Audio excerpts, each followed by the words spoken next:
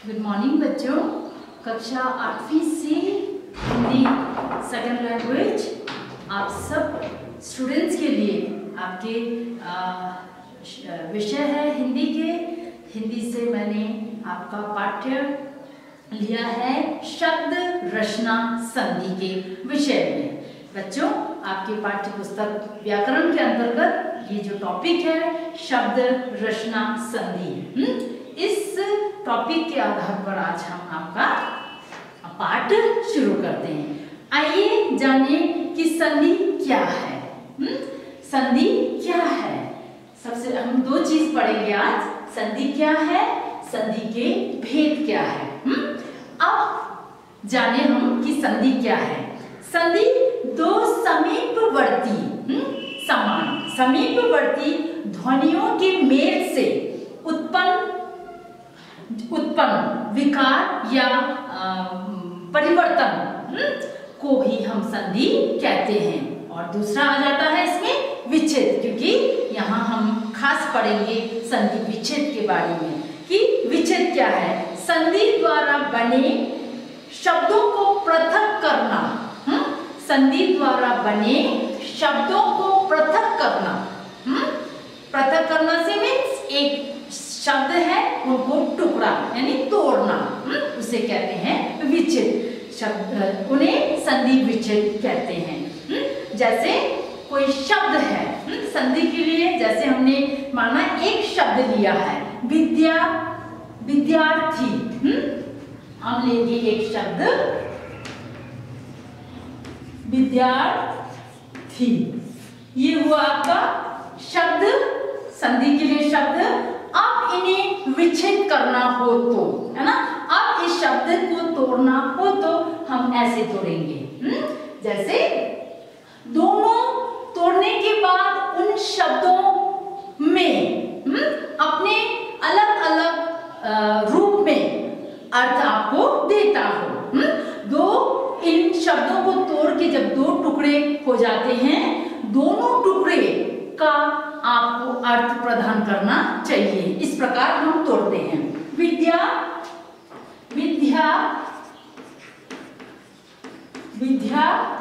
Plus अर्थी है। यह शब्द क्या है? विद्यार्थी। सो विद्या प्लस अर्थी, दोनों ही शब्द का अपना अलग अलग यहाँ पे अर्थ आपको देते हैं। उसी प्रकार शब्द है सूर्योदय। सूर्योदय शब्द है आपका सूर्योदय है। अब इसे हमने विच्छेद करना हो तो सूर्य प्लस उदय, क्योंकि यहाँ सूर्य का भी अपना अर्थ है, उदय का भी अपना अलग अर्थ है। इस प्रकार ये शब्द आपका कहते हैं संधि विच्छेद। अब आइए हम जानते हैं संधि के कितने भेद हैं। इन संधि के भी अलग अलग नामों से उनके भेद किए गए हैं। इनके कुल भेद है स्वर संधि पहला, दूसरा है व्यंजन संधि, तीसरा है विसर्ग संधि। अब क्या है स्वर संधि? जाने दो स्वरों के मेल से उत्पन्न विकार अर्थात परिवर्तन को ही स्वर संधि कहते हैं। जैसे स्वर संधि जैसे है आपके यहाँ, जैसे हम स्वर संधि के उदाहरण लेते हैं, स्वर संधि की एक एक उदाहरण हम करते हैं। परोपकार, ये हुआ आपका स्वर संधि, क्योंकि आपको डेफिनेशन में कहा गया दो स्वरों के मेल से उत्पन्न विकार परिवर्तन को ही यहाँ आपका स्वर संधि कहा गया। परोपकार शब्द का अगर हमने संधि विच्छेद करना हो तो करेंगे पर प्लस उपकार। पर प्लस उपकार, ये आपके स्वर संधि के अंतर्गत। उसी प्रकार आपके दूसरा विद्यालय, विद्या आ से अंत है प्लस आलय, दो स्वरों से, है ना, दो स्वर के अनुसार यहाँ विच्छेद की गई है। सो ये भी आपके स्वर संधि। अब आइए जानते हैं आपका नेक्स्ट संधि का प्रकार है आपका नेक्स्ट संधि का प्रकार आपका व्यंजन संधि। व्यंजन संधि, आइए हम जाने व्यंजन संधि के भी कुछ नियम है। व्यंजन संधि किसे कहते हैं?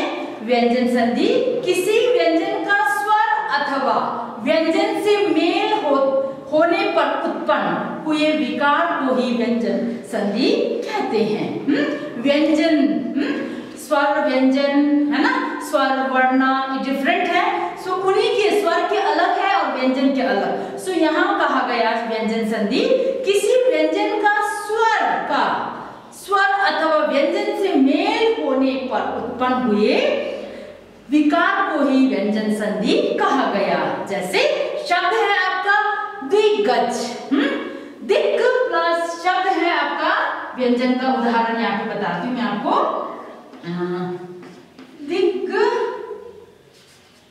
दिग्गज है, उनकी व्यंजन के उदाहरण है। अब जैसे इनका विच्छेद हो तो आपको करना है दिक् प्लस गज है, दोनों में भी दोनों शब्द विच्छेद के बाद भी उनके अपने अपने अर्थ यहाँ दे रहे हैं। दिग् प्लस गज। उसी प्रकार जगदीश, जगदीश शब्द है। उसी प्रकार आपका व्यंजन के दूसरे उदाहरण है जगदीश, जगदीश ये शब्द हुआ। अब हम करेंगे इनका विच्छेद जगत, जगत प्लस ईश। कौन सा ई की मात्रा है यहाँ पे? दीर्घ ई। सो यहाँ पे हम दीर्घ ई, ईश है ना, जगदीश, जगत प्लस ईश, जगदीश। उसी प्रकार अब हम देखते हैं तीसरा विसर्ग संधि कि क्या है विसर्ग संधि। विसर्ग संधि यानी विसर्ग से मतलब है आपका ये है ना, मैंने कक्षा में पढ़ाया था। विसर्ग का मतलब शब्द के बीच हो चाहे शब्द के अंत में दो बिंदी को विसर्ग कहते हैं। अब विसर्ग संधि क्या है भाई?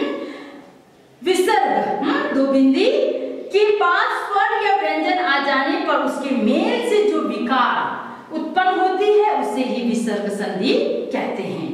इसके कई सारे शब्द हैं, जैसे हम करेंगे उदाहरण के लिए हम इन्हें भी विसर्ग संधि के शब्दों को भी विच्छेद करते हैं। जैसे आपका शब्द है निर्जन है ना, निर्जन, इन्हें आपको विच्छेद करना हो तो नी, नी है ना, नी प्लस जन, निर्जन। उसी प्रकार दुर्बल शब्द है आपका दुर्बल, इन्हें विच्छेद करने के बाद दुह प्लस बल, दुर्बल। ये है आपके संधि और संधि के प्रकार, उन प्रकारों को कैसे विच्छेद करना है। मैंने एक एक दो दो उदाहरण ही आपके समक्ष रखा है, बाकी सारे आपको इसी प्रकार इन्हें विच्छेद करते जाना है। इनके अंतर्गत भी कई सारे, जैसे मैंने बताया था स्वर संधि, स्वर संधि के भी कई सारे भेद है। उसी प्रकार व्यंजन, व्यंजन के भी कई सारे भेद है। विसर्ग संधि, विसर्ग के भी कई सारे भेद है, उन्हें आपको संक्षिप्त में ही जानना है। कुल मिला के आपके संधि के बारे में पढ़ना है कि भाई संधि क्या है, संधि क्या है, संधि विच्छेद क्या है। उसके बाद आपको पढ़ना है संधि कितने प्रकार के होते हैं, 3 प्रकार। उन 3 प्रकार के शब्दों को यानी संधि को कैसे विच्छेद करना, ये आज आपने जाना। बाकी जो एक्सरसाइज है, एक्सरसाइज आपको अपने ही गृह कार्य के कॉपी में यहाँ पे मेंटेन करना है। हाँ, कॉपी में आपको करना है। जैसे सही विकल्प के सामने सही का चिन्ह लगाना है। और सेकंड क्वेश्चन है संधि किसे कहते हैं, उदाहरण देकर समझाइए। आपको करना है स्वर संधि तथा व्यंजन संधि में क्या अंतर है, उदाहरण सहित आपको लिखना है। उसके बाद आपके जो अंतर है, 2 संधि है, उन दोनों संधि के अंतर आपको यहाँ जो बॉक्स में दे रखा आपको करना है। बाकी चौथा क्वेश्चन जो है आपको यहाँ कई सारे शब्द दे रखे हैं, उन्हें आपको विच्छेद करना है। सॉरी, विच्छेद शब्द है उन्हें आपको एक साथ यानी संधि के रूप में आपको लिखना है।